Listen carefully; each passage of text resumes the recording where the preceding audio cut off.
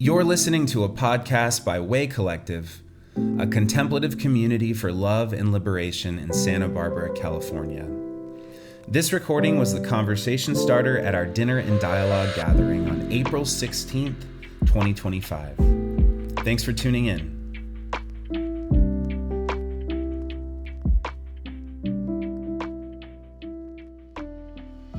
Friends, well, here we are in our final week of this series of conversations we've entitled Holding It Together, where we've been looking at practical non-duality. And if you'll recall with me for a moment, we began this series looking at the topic of non-duality and essentially what it means to see the world from a place not of separation that induces fear, but from a place of interconnectedness. So we talked about the prayer of the heart, which is that idea of the mind descending into the heart to be more present. We looked at the dualism that's in our world of the sacred and the secular and how to overcome that. Last week, my friend David Moore joined us and we talked about non-duality as it relates to justice work in the world. And so tonight we're going to wrap it up, and my hope is to just make this as practical as possible for us to see how it can apply to our everyday lives. So I wanted to begin tonight with a quote that I know many of us are familiar with. It's one of those lines that when you really let it sink into you, it quietly begins to rearrange the furniture inside of us. And it's from Thomas Merton, who I know many of you know, was a Trappist monk who had a way of naming things the soul already knows, but doesn't quite yet have words to express. And so he writes, "The beginning of love is the will to let those we love be perfectly themselves, the resolution not to twist them to fit our image. For if in loving them we do not love what they are, but only their potential likeness to ourselves, then we do not actually love them. We only love the reflection of ourselves that we see in them." And that's the kind of truth, that you don't just read, but you can feel it in your bones. And if you're like me, maybe it makes you wince a little bit when you hear it, because how often do we do just that? How often do we love someone's potential and not their present? How often do we love someone when they mirror ourselves back to us rather than for who they are? And the trouble is, when we love someone for their potential likeness to ourselves, then guess what? We often end up loving them only if they have our same insecurities and idiosyncrasies. We look for our own neuroses and thought patterns in them. And what's crazy is that we often do this out of a deep desire to connect and to be known. We really do want intimacy with our friends and our partners and our family members. But if we're not careful, then we can say we're loving them, but really we're loving the idea of who they could become, if they just made a few changes. We call it encouragement or advice, or I'm concerned, but what Merton calls it is what it is: projection. He says that's not love, that's ego. That's loving a mirror. So, we've been in this series of conversations on non-duality, and we've been looking at how we can stay grounded in heart presence and connection, even when we're quite different from one another. Remember, non-duality simply means no separation, or literally, not two, which implies one. It means that there are no hard lines between us and God or the ultimate. It means there's no split between the sacred and the secular. It means there's no separation between you and the person sitting across from you at the table. Christian non-duality doesn't ask us to erase differences. It asks us to see through the illusion that separation is ultimate in any way. Remember that passage from John 15 where Jesus said it this way: "I am in the Father, and you are in me, and I am in you." That's a statement about non-duality. This isn't just mystical language, but it can actually be deeply practical if we put on those non-dual glasses and learn to see the world this way through that lens. And what it means is that when I'm looking at you, I'm looking at someone already held in God, someone who is already beloved, already enough. And when we forget that, which, we often do, when we try to remake each other into our own images, something sacred gets lost. So let me try to make this as familiar and practical as possible. Let's say that you're in a long-term relationship with a spouse or a partner, someone you deeply care about. And over time, you've gathered a little mental list of things they could just work on. Like, what could you just work on this, Maybe it's how they talk to your friends. Maybe it's how they parent or how they don't. Maybe it's their pace of life or their clutter or their silence. You don't really say it all out loud, but of course it's there, right? It lives in here, in the mind. And if we're honest, we're just sort of waiting for them to grow into this ideal version of them that we carry in our heads, waiting for them to change into someone who's a little easier for us to love. Have any of you ever done anything like that, or is it just me? Okay, maybe a couple of us here. Now, if we can take a pause and really ask ourselves, in that waiting for them to change, are we truly loving them as they are? Or are we only loving the version of them that exists in our imaginations? Because a love that says, I'll fully love you when, isn't love. It's bargaining at best. And Merton says that love begins when we let go of that grasping at some future person who doesn't exist. And love begins when we say, I choose to love you as you are. Not later, not if, not unless you perform X, Y, or Z. That's the idea behind non-dual love. That's Christ-like love. It sees the person, not the project. Now, let's stretch this even a bit further. Let's say the person in front of you isn't your partner or your friend.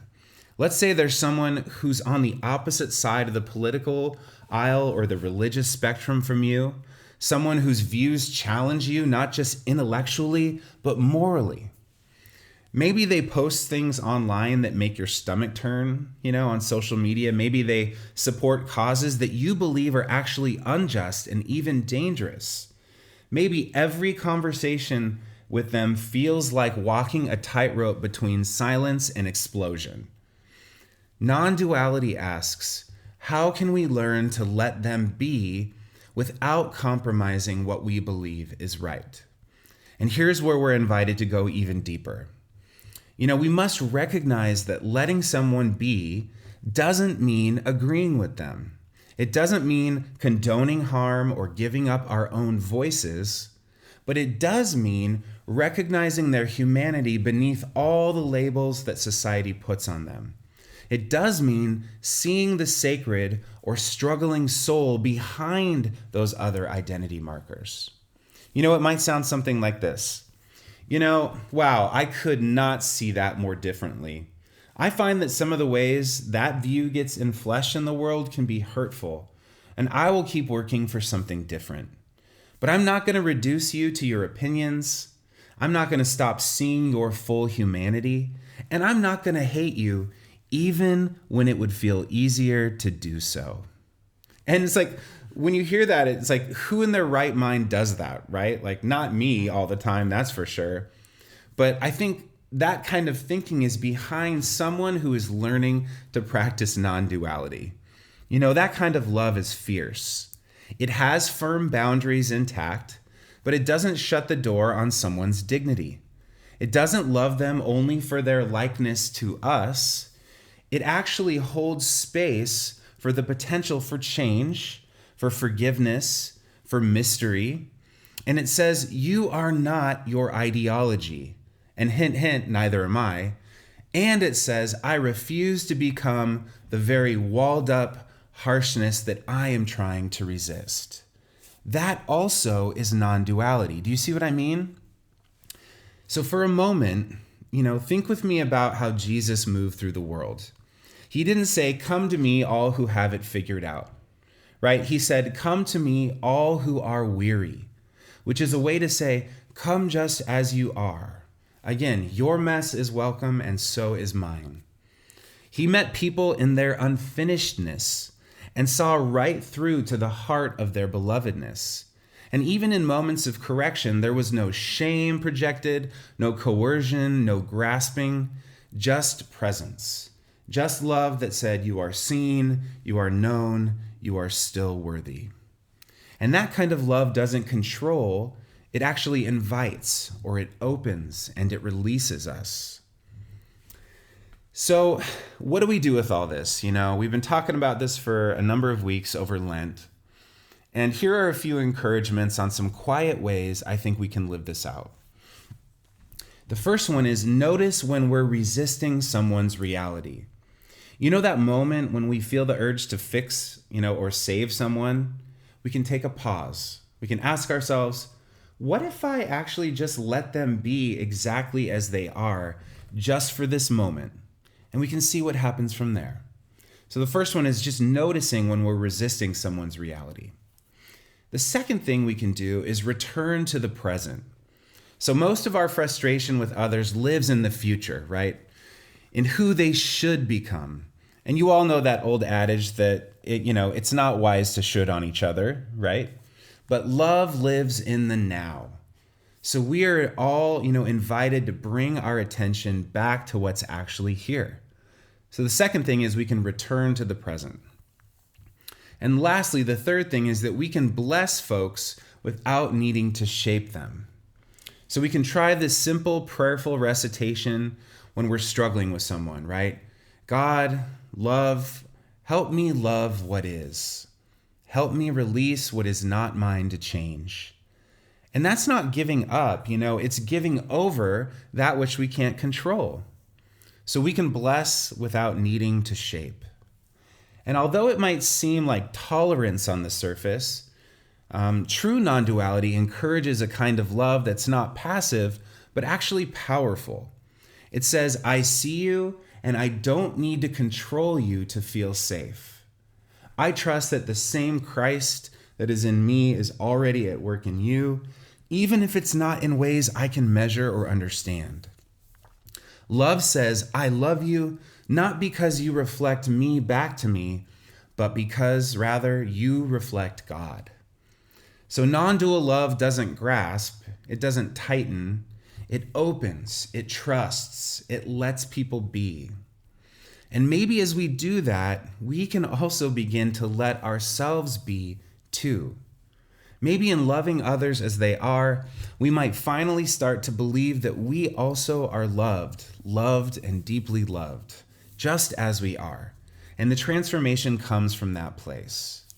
No performance, no polishing, just welcome and grace and acceptance, and ultimately, I think, freedom and liberation, which is what we're longing for. Does that make sense? All right, well, I'm so looking forward to talking about this with you all tonight around the tables. So we're going to do a fun practice, and I'm looking forward to the conversation.